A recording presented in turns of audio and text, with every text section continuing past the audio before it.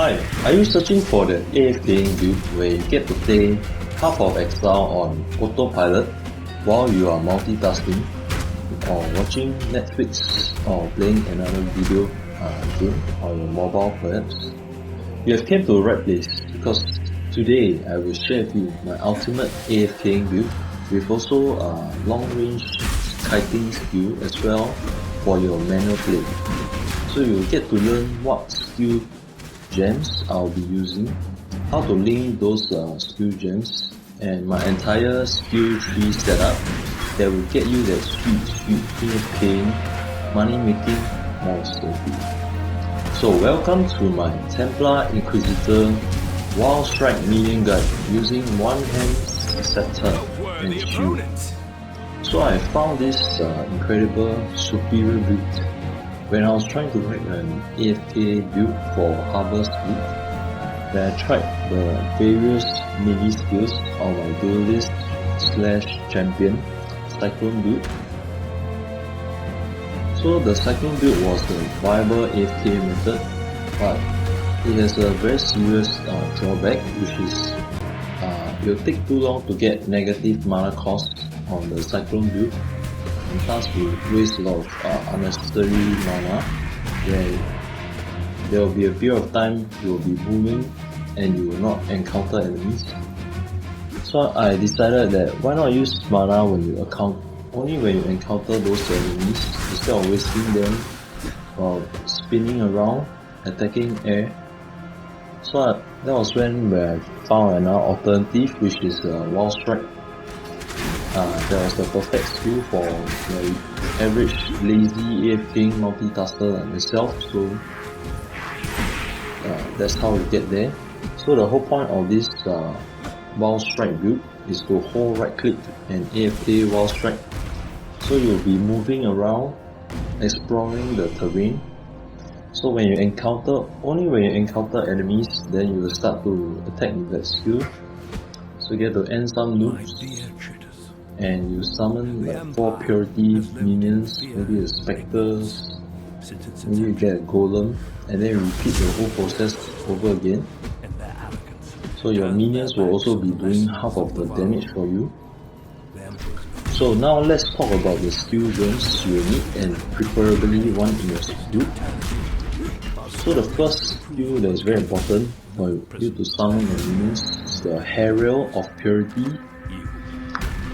So the other 5 support skill gems will be meatshield, Feeding Frenzy, Elemental Army, deathmark, and Minion Speed.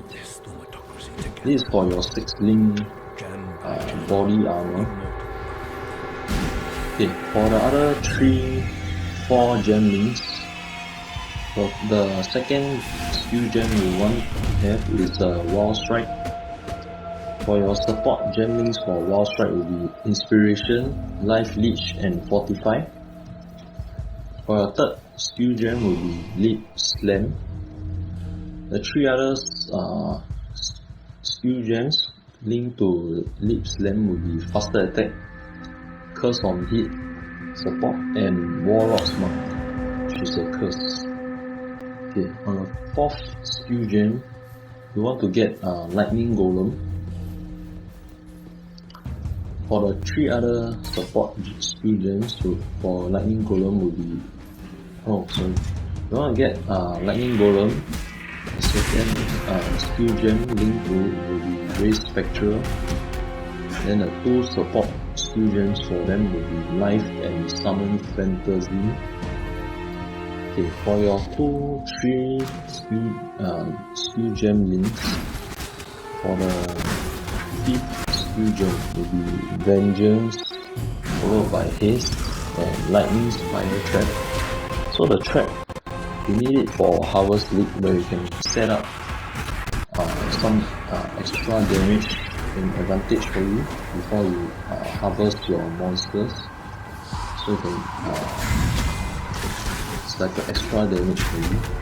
So for the last 3 skill gem links, you want to get cast when damage taken, followed by molten shield and immortal core. Okay, so now let's take a look. So you'll be starting from the northwest side of the skill tree map. We'll start with damage and mana. Increase damage by 14%, 14 to maximum mana. So you can go up and the elemental damage, 3 of them. Then you get retribution. Okay.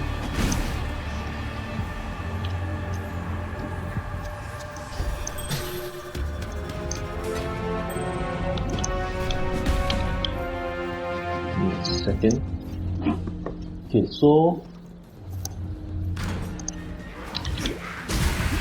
from retribution, you want to go south and get your attack and cast speed and accuracy, so you can get precision. Then you go south again, you get so precision is for the sweet 20 dex increase, and also movement speed, attack, cast speed, accuracy. Then go south for sanctity, so get armor, energy shield, regen, got the 10 strength and intelligence. Then go south, get dexterity, and then go northeast to grave pack. Okay, after that you want to continue back from retribution. Then you go west side to area of effect, amplify, go down, elemental damage, southwest to holy dominion. Okay. After that you want to go and get divine fervor, and another 10 strength and intel. So we go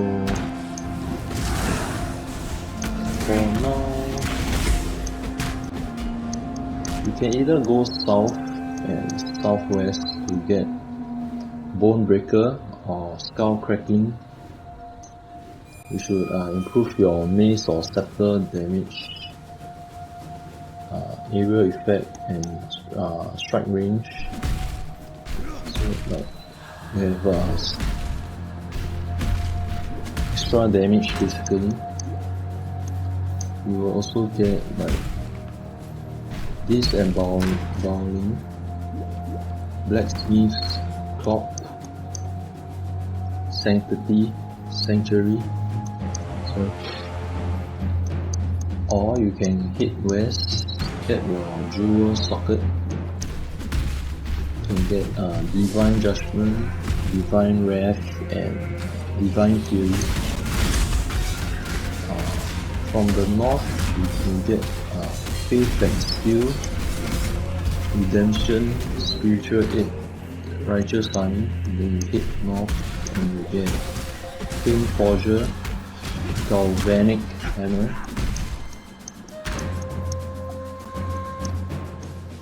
Okay, now let's go back to retribution. You can hit northeast and get mind over matter.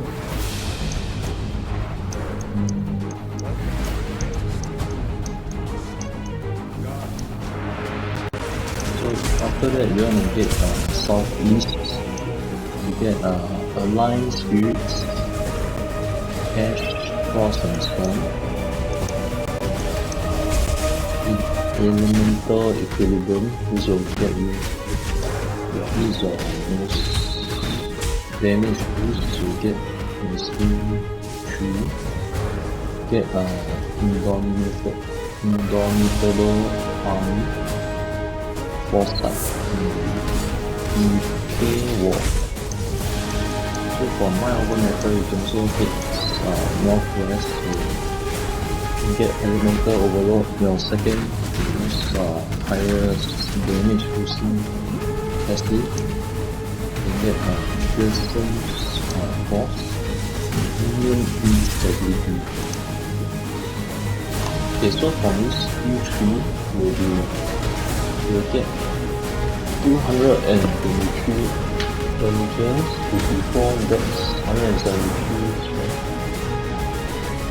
You get increased damage, movement speed, area of effect, area damage, increased non-damaging elements. Get to increase your minions damage.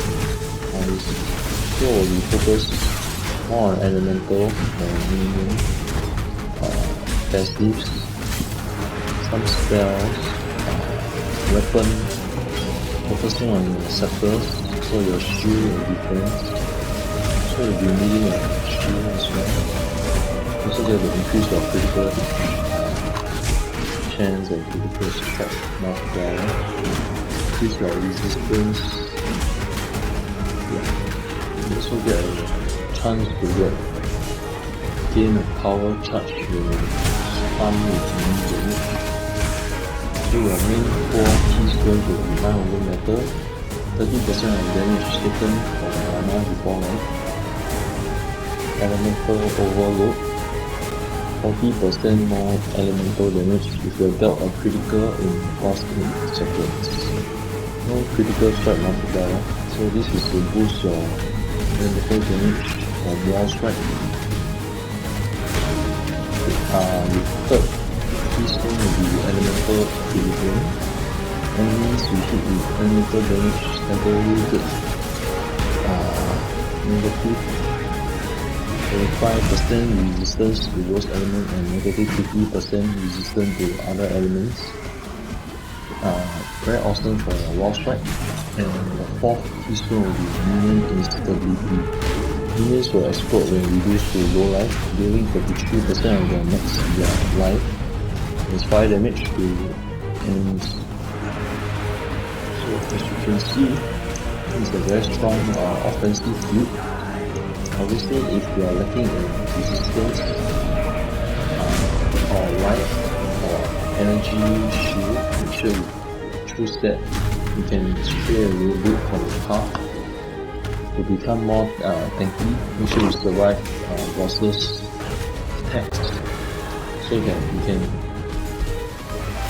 keep living. Maybe use this build in the hardcore self-found, solo self-found league. You know what I'm saying? Okay.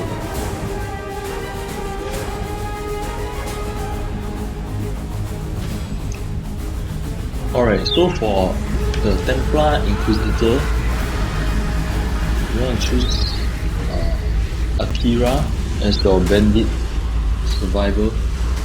You want to save Akira, and you want to end those two other Kretlin, and also Oak.